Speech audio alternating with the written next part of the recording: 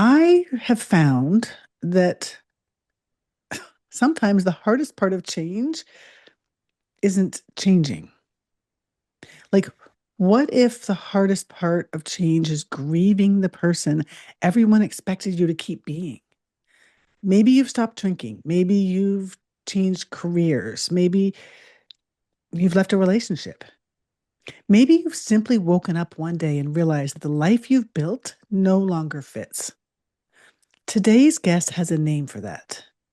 And I have a feeling that many of us have lived through one long before we ever had words for it. If you've stepped away from drinking or the things that used to numb you, you know it changes your life. But it changes the people watching you too. You become quiet proof that something better is possible. On Sober Life Rocks, we talk with people who realize that their choice wasn't just personal, it was a platform, a chance to be a leader, to shorten somebody else's learning curve, to do something that really mattered. If you felt that pull, you're in the right place. Subscribe and stay with us. Today, I'm talking with Natasha Ramlall. Natasha is an embodied integration coach who works with high-functioning, deeply capable women navigating what she calls an identity rupture, that space between who you've been and who you're becoming. Her work helps people move through these major life transitions by reconnecting with themselves, not just intellectually, but physically, emotionally, and spiritually. And as I read her story, I felt myself thinking about so many people in the Sober Life Rocks community. Because while stopping drinking may be one decision, becoming the person who lives without alcohol is an entirely different journey. Natasha, welcome to the program. Thank you, Margy. I'm very happy to be here and excited to see how our conversation unfolds. Absolutely. So I want to start with one sentence from your website that I just haven't stopped thinking about. You wrote, choosing myself felt like a betrayal. Mm, So take us back to that moment and where that sentence came from. sure.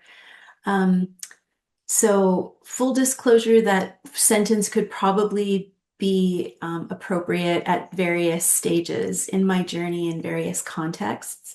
But I think the one that I was reflecting on in that you're referring to is when I made the decision to leave my career of 25 years and step into a new workspace and new iteration of my work.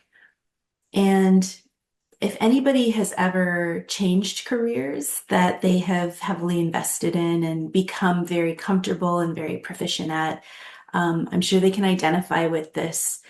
It really feels like a selfish thing to do on a lot of levels because we have um, the security, we have sort of the time banked, all of the people who rely on us both in our workplace but also in the families that we support and the different areas that we help to take care of through the income generated from that work.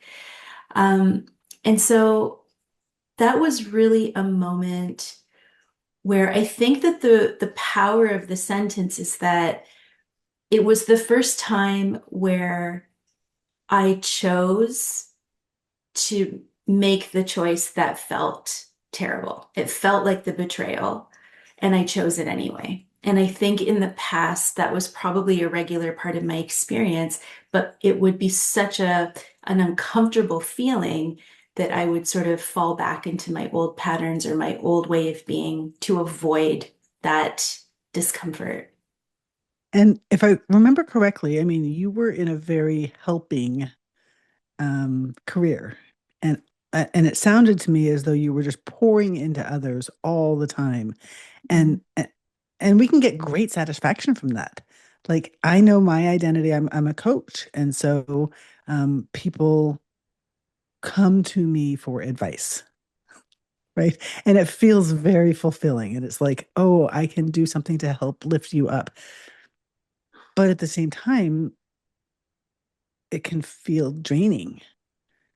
And so what I heard from what I understood sort of between the lines was that maybe you were drained and it was Mhm. time to make a choice for yourself, but that also felt like a betrayal of all that you had done for others. Is that a correct read?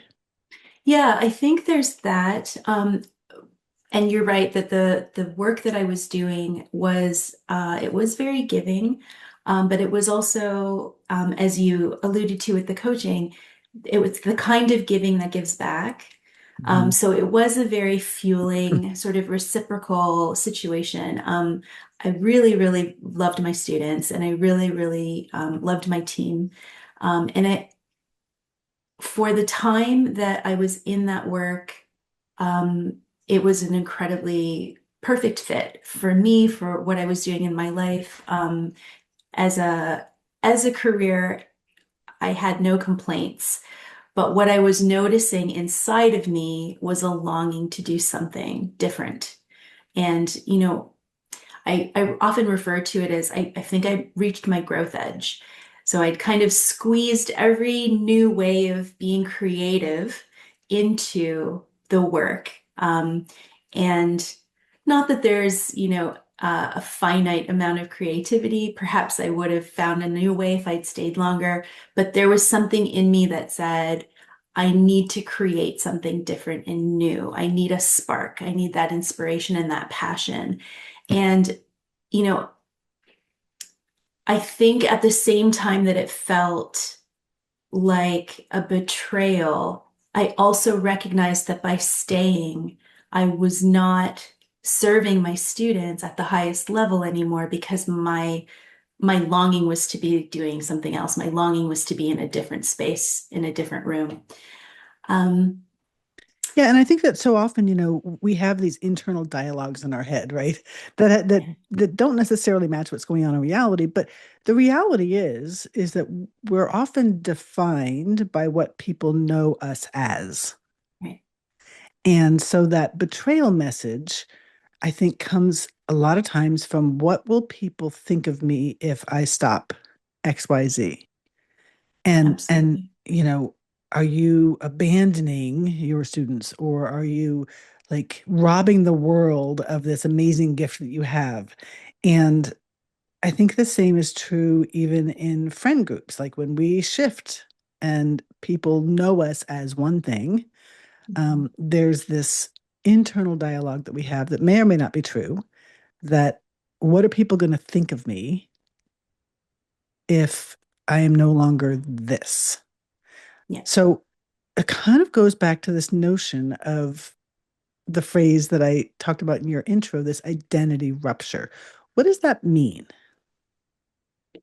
So when we often hear this idea of a midlife crisis, and it has a similar flavor to that. But the reason that I think that rupture is a really powerful word to use instead is because it really talks about the magnitude of these moments in our life where something has shifted that is so connected to our own understanding of self that whereas a crisis is something that we generally want to manage externally, like reach out, do check the boxes, make the phone calls, fill out the paperwork. A rupture is really about what's happening on the inside, the internal experience of losing an anchor that you have used to define yourself. And so, a career change is one example. A significant relationship ending, a health scare or a new diagnosis, or sometimes just that sort of midlife awakening to something that feels really mismatched or misaligned in your life. And it's a period of deep destabilization because we are losing such a big part of ourselves and we don't really have a clear sense of where we're going from there. And so this is why I wanted to have you on the show, because Right. many people who stop drinking tell me that the hardest part wasn't necessarily giving up the alcohol, it was figuring out who they were without it. Yeah, And when you hear that, does that sound like what you call an identity rupture? absolutely. Yeah. I think that's such an important piece of any kind of habits or things that we're using in our life that are such a significant, either a coping mechanism or a part of how we spend our time. Like if we're leaving something and moving forward without it, there's going to be an empty space. There's going to be a piece connected to our pleasure or the way that we spend our time, Who we hang that out with. who we hang out with, exactly. And so there needs to be a reckoning with who am I when I strip away all of the different things that I've used to kind of create the way my life looks, and what is important to me in those moments. Like I'm thinking of, in my own experience, when I became a little bit more aware of the role that alcohol was playing in my life. And I've never really had a huge issue with it, but I did notice that had become a bit of an autopilot habit for me. And I would notice that I would be in situations with people in my life, and it was pretty boring, or we just were not connecting, or it was awkward. And there just wasn't, this energy of wanting to be there. And then the alcohol would come, and then it would turn fun. And, as I got older and I started to feel, the repercussions of drinking the morning after, and I started to notice that this wasn't a habit that I felt was serving me so much anymore. Um, I really had to reflect on, if a situation is not fun until we introduce alcohol, then is that a situation where I need to be spending my time? And I think that was a really important question for me, and it just sort of turned on the awareness piece, and I was able to shine a light on so many of the different things I was doing in my life, and asking myself, what is the thing that I'm gaining from this, activity or this experience or this friendship? Um, and I don't mean gaining it in a selfish way, but sort of the mutual exchange, the benefit of this. Um, and and that can be a painful reckoning too, like getting really honest about things that you thought were so important and so valuable. And when you strip away those mechanisms, you realize, oh, maybe it's not exactly what I thought it was. There's a bit of a reveal that can be uncomfortable there. Thank you for sharing that story. I think that that's such a good example of just an ordinary everyday moment where it's worth reflecting. Mhm. Now, in my case, I was gifted with an intervention by my family. And so I ended up in a treatment center. And as I was there for the first week or two, I'm looking around at all these people who had lost their job and they had lost their kids and they had lost their house. And like, I didn't have any of those consequences yet. Um, but every week they would bring people in from outside who had been sober for a long time, generally in the AA community, because back then that's all there was. And Right. this one guy told a story about the house that he hadn't lost and that wife that he hadn't lost and the kids that he hadn't lost and the boat he hadn't lost. And I was like, I don't have a boat. But anyhow, but he said what he realized was that there was nothing inside. And in that moment, I realized that I was just as damaged as everybody else with their external stuff Mm, because I had been using alcohol and I'd been raised by an alcoholic mother for my entire life and I didn't have any sense of self. And so that phrase identity rupture for me almost was like identity crisis. Like I have spent the past 21 years figuring out who I am, figuring mhm, out. I remember somebody was like, "Well, what do you like to do?" And I'm like, "I have no idea. I have no idea." And I didn't know who the type of people were that I would like to be friends with. I mhm, didn't know any of those things. So I think everybody has their own experience of that story. Everybody has their own spectrum of that story. But I think that for people who have long term been using alcohol as that crutch that you were talking about, when we stop drinking, there is that moment of, oh God, now what? Now what? Yeah. Yeah. Yeah. It's so powerful what you're sharing because I mean that sort of existential self-knowing is really at the heart of the human experience. And as you mentioned, I think we all struggle with that. It just manifests in different ways. And alcohol is definitely one of the, um, you know, it's a very common way of, managing that lack of self-understanding, that fear of, um, kind of looking under the hood and really understanding the mechanisms at play.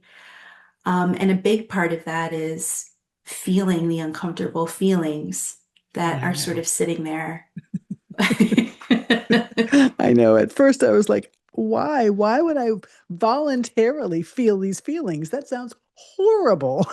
Right. And now today, like, it's so different, but I've had to do a lot of work to get there. Hmm. A lot of work.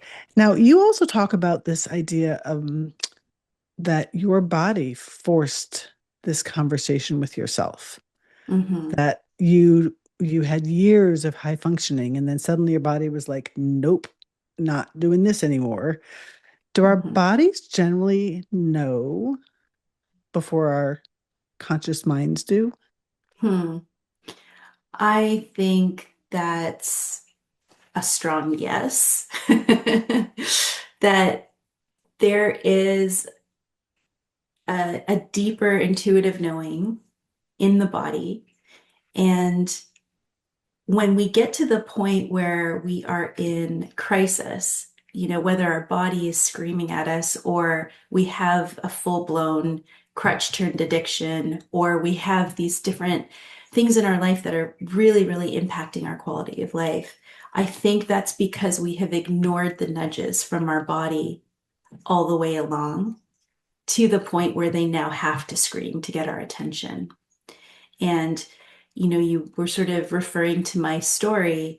I was somebody, and this is definitely not uncommon, who lived in my head. I was living from a cerebral, you know, very mind focused place, productive, moving ahead, checking the boxes. And for me, my particular, the blueprint that I inherited from my family and culture was that the future, our safety and security, is what we live for. And the problem with that was that in order to always be thinking about what was going to be safe and secure in the future, I was actively sacrificing the present because nothing in the present was Mm. as important as creating something for the future. But of course, as I've grown in this work, I understand that this idea that we can actually control the outcomes of the future is a complete lie. It's an illusion that we fall into, and that future that we're trying to protect ourselves from, that we're trying to mm, remove any challenge and keep ourselves safe from threat. Um, that just doesn't exist. And And it's throwing away so the gift of today. exactly. That's exactly it. That's exactly it. And the gift of today, being able to be present with our experience now, that is the place where we feel the feelings. And so that's part of the mechanism that keeps us from being in the body, being, habituated to feeling our feelings, is that in order for us to survive this, you know, pervasive idea that we need to bolster ourselves for the future. Um, we move at this pace that's just not, meant for the human experience. And in order to keep up with that pace, we have to be in our head. It's a survival mechanism, really, to avoid slowing down enough to actually be in the experience of the body, because that is what it requires. We really do have to slow down and be very deliberate and present in order to mm, shift that pacing back to something that's more natural and more And I think sustainable. too that one of the things that we do almost instinctively is this performative life. Mhm. Because it's easier, because it's faster, it's a shortcut. It's we know the mask, we know the role, we know what is expected of us, and certainly in today's world of constant social media, we're comparing our insides to somebody else's outsides, and it's another way to get away from what's actually going on inside of ourselves. Yeah, absolutely. Well, and I think I would add to that list as well is that it's safe. It feels safer to perform based on the external validation that we receive. Like we use that as our cue about how to be safe in the world. We've got this biological wiring for love and safety and belonging. So any perceived rejection is going to feel like a threat. And we're going to do everything we can to stay on the good side of people, to not be judged poorly, to not, you know, ruin their expectations of us. And now that we're living online and with screens, that's just magnified. But even before the time of social media, just in our own families and in our own small friend groups, that was still the safest way to be. Yeah.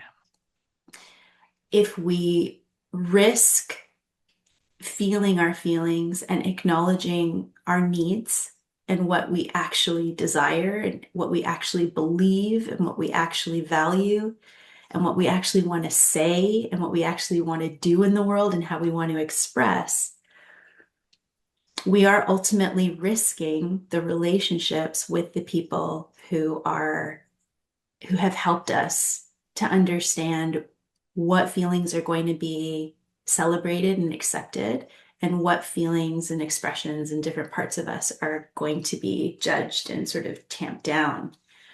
And I think that, Oof. kind of brings us full circle to Mhm. removing alcohol and all of the different expectations around that. It Yeah. feels very unsafe to give up that familiar coping mechanism because we may recognize that it's not serving us, but we also recognize how much of what has become familiar and comfortable is attached to that habit. And when we lose that, that is terrifying. Yeah. And as I said, who we associate with, what we do every day. I mean, all of it centers around that identity of a person who has been drinking for all these years. So, okay, if somebody's listening and so far they've gone, yep, that's me. Yep, that's me. Yep, that sounds familiar. Where do you think that they should start? Hmm. An interesting thing um, that I've come to understand about that sort of that hole that we're trying to fill um, is this idea that part of our human nature, part of our primal human needs is to create, to be creative beings. And what seems to have happened to humans over time is, on one hand, we've sort of devalued the creative process in terms of like that's sort of something for free time. That's something extra. That's, things like art and music. They're nice, but they're not the things that, build societies and sustain the world, which I think many of us will argue that point, but still we sort of have this narrative, right? But then the other thing is in exchange for that, we've become a culture that is highly consumptive. So we're consuming all of the time. And other than our work where we are maybe producing, um, most of what we do in our free time is consumption, right? Like Mm. if you want to spend time with people, if you want to relax, if you want to do something, for fun, what does that revolve around? Usually we go out to eat, we're consuming food. We watch a movie or we sit down and binge Netflix, we're consuming entertainment. Um, you know, we go out drinking, right? We're consuming alcohol. And all of these different things are so out of balance that we're not actually tapping into the part of us that wants to be creating. And so when you ask yourself the question, what do I like? I don't even know. I think that one way of sort of coming to an answer for that question is where in my life would I like to create? And Mm. sometimes when we think about create, we think about art specifically. I don't think that's necessarily the only way to create. There's so many different ways, but what do I want to put into the world? What do I Can want you give some to other examples? express? Well, I mean, art is definitely a big one because we can touch on so many different things. A lot of these different hobbies, like I'm thinking scrapbooking or, music making or creating games. Like children are so beautiful, or children before screens were so good at creating games from nothing, just generating these ideas and these rules. And for what? Not because they're creating a product to sell to somebody later. It's because in the moment, just being in that playful, creative energy it's life force. It's so sustaining. And I think that might be a piece that a lot of us are missing when we turn to these coping mechanisms. And I'm not sure the chicken or the egg. Like, I'm not sure if our leaning in on these, the consumption habits cuts us off from our creativity, or a lack of, space to lean into our creativity leaves a hole in which we fill with these habits. It might be both and either for different people, but So let that's me one ask you a place I question. would start. I think about things like gardening seems like a creative thing. Hmm. But what about joining a sports team? Yeah. Like playing, is that creating or is that consumptive? I would say that that's creating because you're creating the game in the moment with the people that you're playing with. I think anything that you're putting into this space, anywhere that you're able to express from within. Yeah. And so, yeah, it could be a sport, it could be musical, it could be art, it could even be in your work. Like I ran into, Mhm. I was at Staples and I was copying some flyers for an event. And the woman waiting at the counter next to me was a teacher. And she was in there putting together these beautiful cards that she had invented this game for her students. And I thought, some teachers, they just put in so much time and energy and creativity into how they want to inspire their students. And it's, if even having that outlet in the work that you do or in volunteer work that you do or, um, creating events or creating occasions for family members or for friends, planning a party, um, decorating a birthday card by hand, like just there's so many different ways to tap in, and they're as varied as there are humans on the planet. But the thing that I think is the through line is that we're not just passively receiving life, but Mhm. we're sort of actively contributing to it. We're actually creating and expressing from something inside of us because that thing wants somewhere to go. It wants somewhere to live. And I think that could be a really great place to start if we're trying to answer that question, like, who even am I? What do I even like? That can be a really, really beautiful pathway into our authenticity. So I'm just gonna like throw this out there and push back for a second. Okay. Not because I disagree, but because this is the reality some people live with. I discovered in my sobriety that I love watercolor painting. Mm, And for a while, I just couldn't find the time. And eventually I realized I need to put this on my calendar. And so at right. 4:30, I blocked off the ability for anybody to book on my calendar. And so that was my time that I could then go into my watercolor studio and just play around. And that was amazing. But I had a Mhm. girlfriend who she's like, I don't know how you do it. Like, I have so much work, and then I've got my kids, and then, dinner. And so many people's realities are that they just feel jammed from sun up to sundown. And Mhm. so, Mhm. how do you recommend people like that find or create time to be more present with themselves and to engage in some of these creative types of things? Mhm. Yeah, there's a few different things that are sort of layered into the question, I think, because I do think that there is a level of crunch that we feel in our lives that can sometimes be sort of external and out of our control in terms of like, we're caregiving for this and that, and we're working and we really are crunched for time. We're very limited. And then there's another mindset of productivity where people are creating busyness in their life in order to avoid, spaciousness and time to think and actually have to feel their feelings. And so I think that's one place to begin is to discern. Like, is it actually true that I don't have time?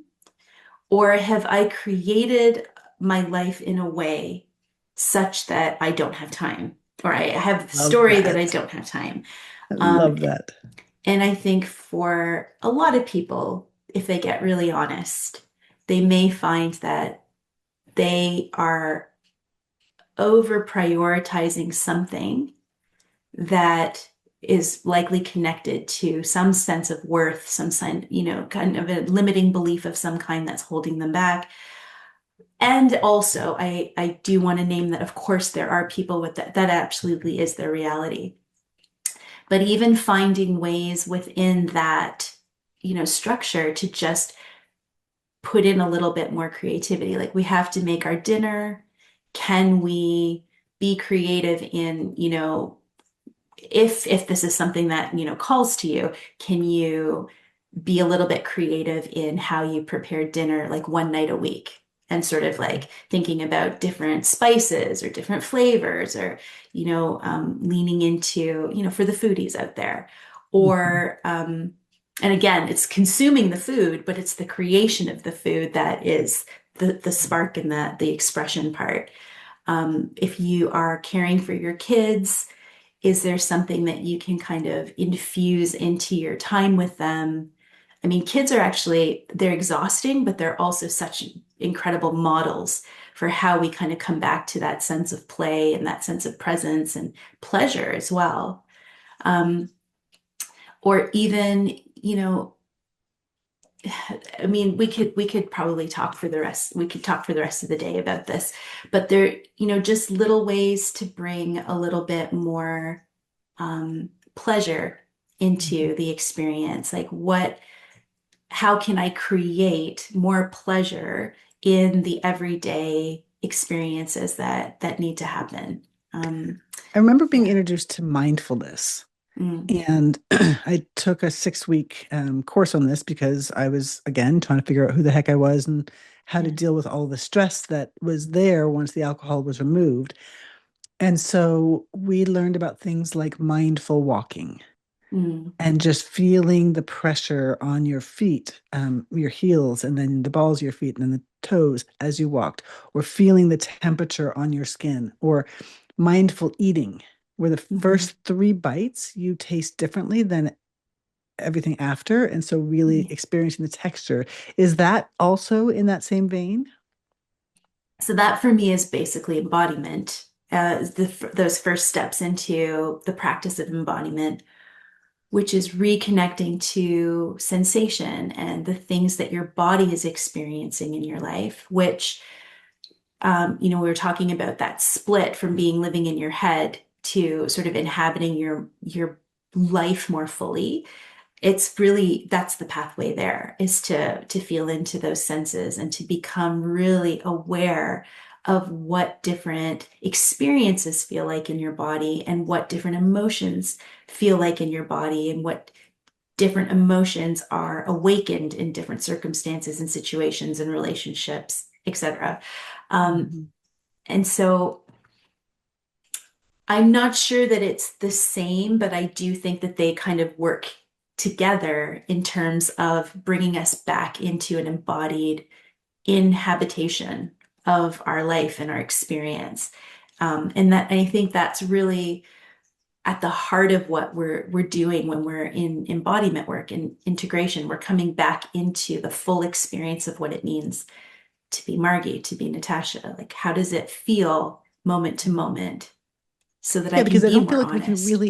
I don't think we can really know what we enjoy or who we are unless we're in our bodies more fully. It's Yeah. hard. At least for me, that was the experience that I had, that until I could name certain sensations, I was a Hmm. human doing, not a human being. Yeah, So that's I needed to exactly be a it. human being first.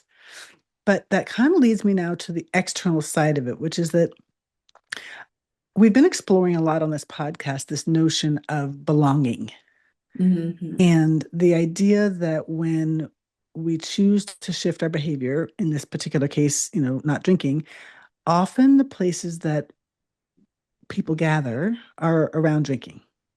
Yeah. It just is what it is. And so we can we can kind of feel othered. Not that anybody's doing that intentionally, but that Hmm. might be our experience.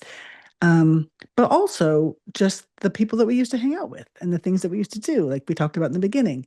So I'm curious from your point of view, as people are navigating this experience of getting to know themselves better and becoming a more authentic version of themselves, do we have to wait to find our new tribe until we're sort of done with this process? Or do Hmm. we continue to kind of fake one mask while inside we're doing work? Like how do you Hmm. navigate that in the middle of just real life? Yeah. To be honest, I don't tend to feel that there is a linear path, and I don't tend to feel that there is an exact way for every person in the same way that it will unfold. But what I can say is that if we are doing the work of reaching deeper self-understanding and self-love, which I think is actually at the heart of everything we're doing. For me, the ultimate goal is coming back to self-love, and maybe we can talk about that a little bit later. But in order to do that, I think we have to get really honest about our relationships. And so, those friendships that we have always, alcohol has always been a big part.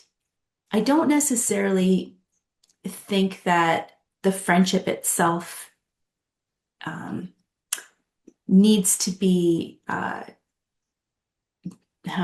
we don't need to necessarily get rid of all our friendships, is what I'm trying to say. But I think that carrying our awareness into what is the basis of this friendship. Because if you have a friend group or a friend in particular where that's the only connection you have, and once that's gone, you recognize that, oh, all of the things that I thought were built into this friendship, they actually don't really exist when we're not drinking together, then that's a friendship that we may want to really consider. Because as we are moving, and when we talk about identity rupture in this process of moving along, we are really evolving ourselves, we are really expanding our understanding of self. And sometimes that means that relationships have completed and that they don't really have a space carrying forward. But we may also have friendships where, yeah, we drink together and it's fun, but we also do other things together. And we also have different um, compatible habits and traits and things that we love about each other and value about each other. And those friendships are usually the ones that are still going to be there with you and for you when you say, I don't really want to drink anymore. I'm taking a break from drinking. I don't like the way that it makes me feel. And I think that that process of getting really honest about our relationships and being willing to dip our toe into the process of potentially letting go of things, Mhm. losing things that are not serving us is a really important part of being able to move forward. And I don't think you can do one first and then the other. I think that process needs to be happening when we're getting really honest and clear about who we are. Yeah. And it kind of leads me to where a number of people that I know struggle, which is in their professional worlds.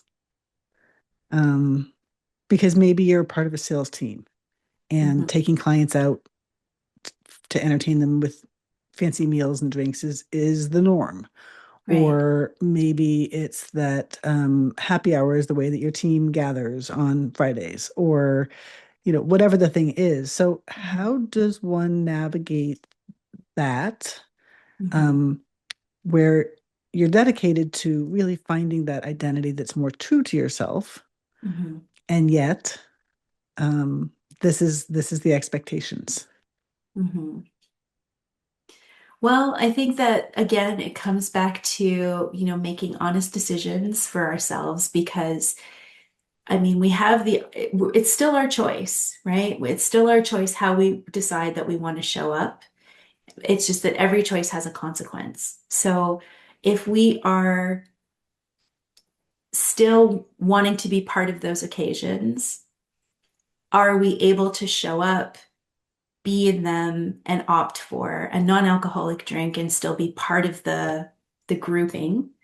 I recognize that that's not always fun because being the only one who's not drinking can be boring. It can be really hard. It can be really difficult to resist.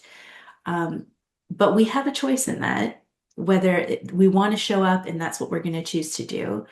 Um, I'm not sure if people feel as though they have a choice to refrain from these kinds of events, if they feel like they're going to be losing professionally if they don't attend.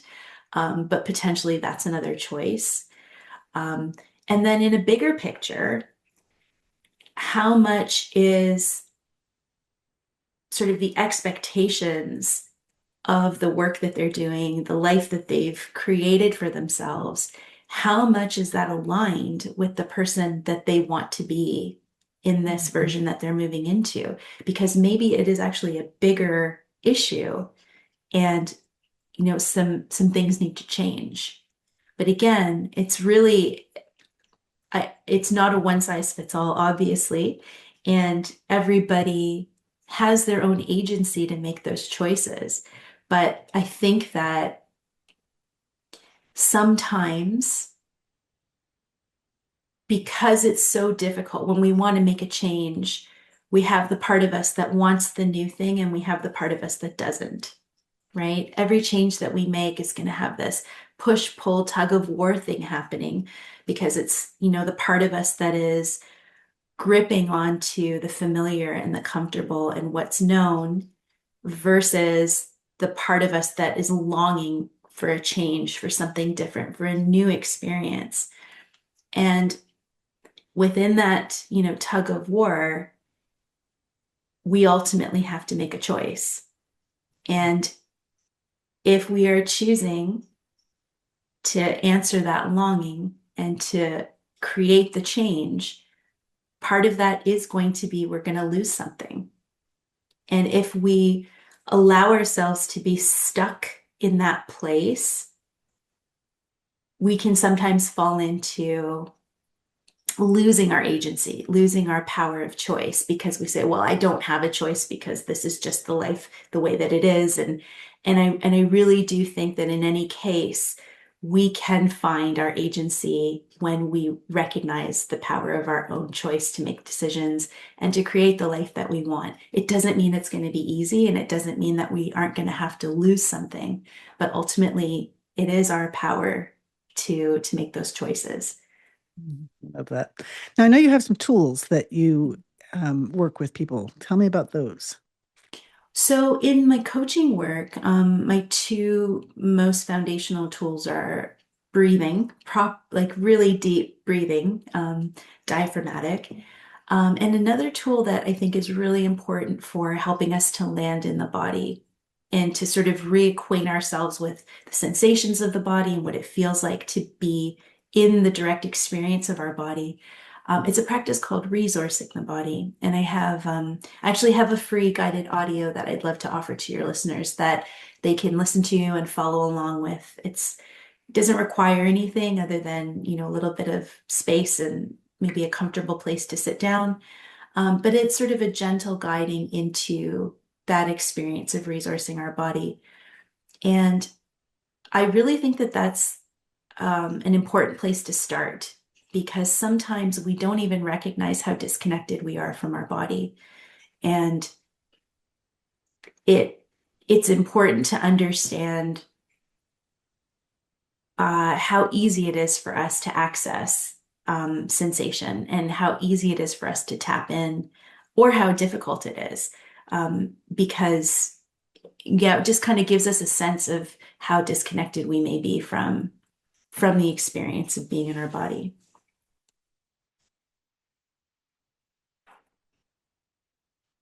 Your volume's off. I said, thank you for that. I think that that's something that I will definitely link in our show notes and also on our blog. And I will be listening myself when we get off of this because I just love things like that. So I want to ask you, Mhm. when you look back at the woman who believed that her value came from her utility, what do you want to tell her?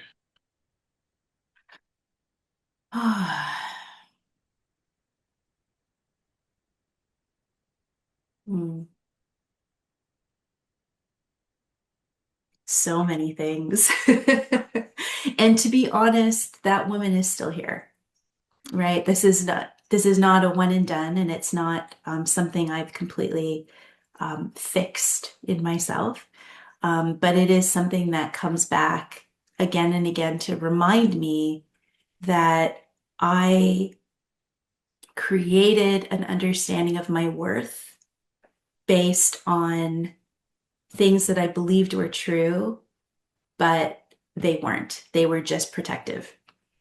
And if I remember that I don't need to do anything to deserve my place on this earth in this experience, um, and that I can love myself through it, then so many of those limitations and obstacles in my life kind of fall away. And so if I can just bring myself back to that place of understanding the importance of self-love. And my definition of love is acceptance without judgment.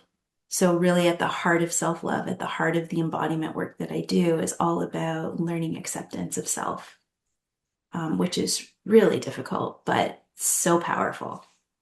And so, what's one part of yourself that you have discovered that you never would have given yourself permission to discover Hmm. otherwise? Hmm. Let's see. Um, well, one thing that has been born from this work, moving into sort of this mind-body field, um, it's opened up this entire side of my life where I am now a conscious facilitator, and I hold space for groups of women to do all kinds of expansive work. And I really love doing that. And it's sort of, it's touched a part of me that I think I've carried for most of my life, sort of a seeking, um, meaning searching part of me that, deeply wants to tap into something that matters and has purpose. And, kind of moving through this journey of challenge and identity and changing and releasing and letting go of things in order to step into new things, it's really brought that forward and made it a central part of my life now. And that's a real gift because Mhm.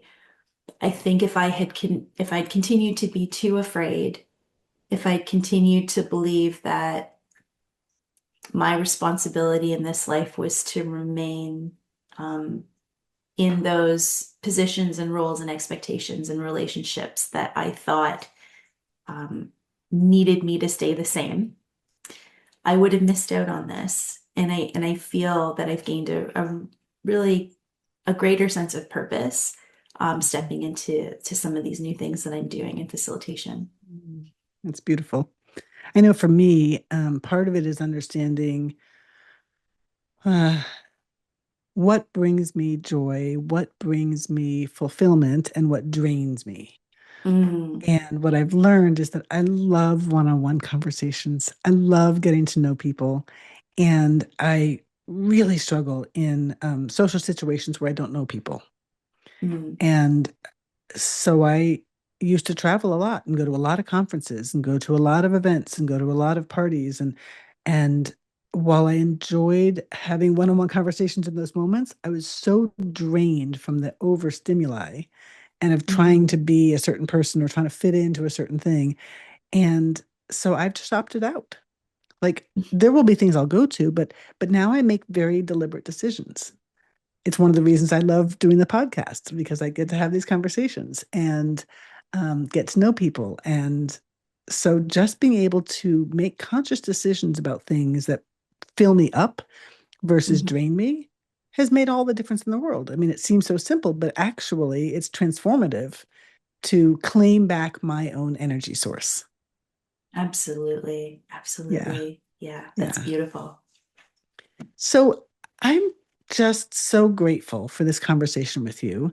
Um, and one of the things that I feel like is going to kind of stick with me is my experience is that identity isn't something that we sort of arrive at and then keep static. These are things that are constantly evolving. And that there may be some things that we kind of grow into and grow out of. And that could Mhm. include friends, it could include our careers, it could include our passions or where we put our time and energy. And maybe that's why um, these big life moments can feel so disorienting because it isn't just the habits that shift. It's all of the things. It's the relationships, it's our routines, it's the sense of who we are. But what I'm taking away from this is that maybe those feelings of disorientation aren't signs that we're failing or falling apart. Maybe they could be looked at as Yeah. invitations to be um, more curious and more honest with ourselves and to get into alignment with ourselves because we're only captaining our own ships. Of course, what we do affects others, but nobody else is going to serve our lives up on a platter for us. Mm, But if we commit ourselves to learning more about ourselves, maybe we actually come out the other side of these big changes more fully aligned and more fully ourselves. So, for those of you absolutely. who have listened, I'd love to hear from you.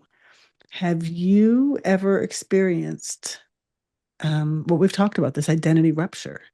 Maybe it came through choosing to change your relationship with alcohol, or maybe it came from something else. A relationship change, a career change, parenthood, grief, or just realizing that maybe you'd outgrown the version of yourself.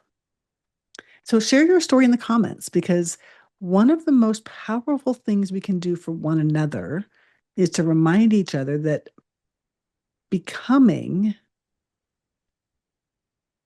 ourselves isn't something that we do alone, but rather we do as we support each other through our individual journeys. Natasha, how can people connect with you? The best way would be to jump on my website, which is humanistcoaching.ca. Oh, I love that so much. That's a great website. Thanks. So, if this conversation resonated with you, please share it with somebody who is in the middle of becoming. And if today's episode gave language to something that you've been feeling but couldn't quite explain, we're really glad that you're here. Make sure that you subscribe to Sober Life Rocks on YouTube, Spotify, Apple, wherever you listen to your podcasts. And remember, it doesn't matter what's in your cup. What matters is having the courage to become the person that you were always meant to be. Thank you.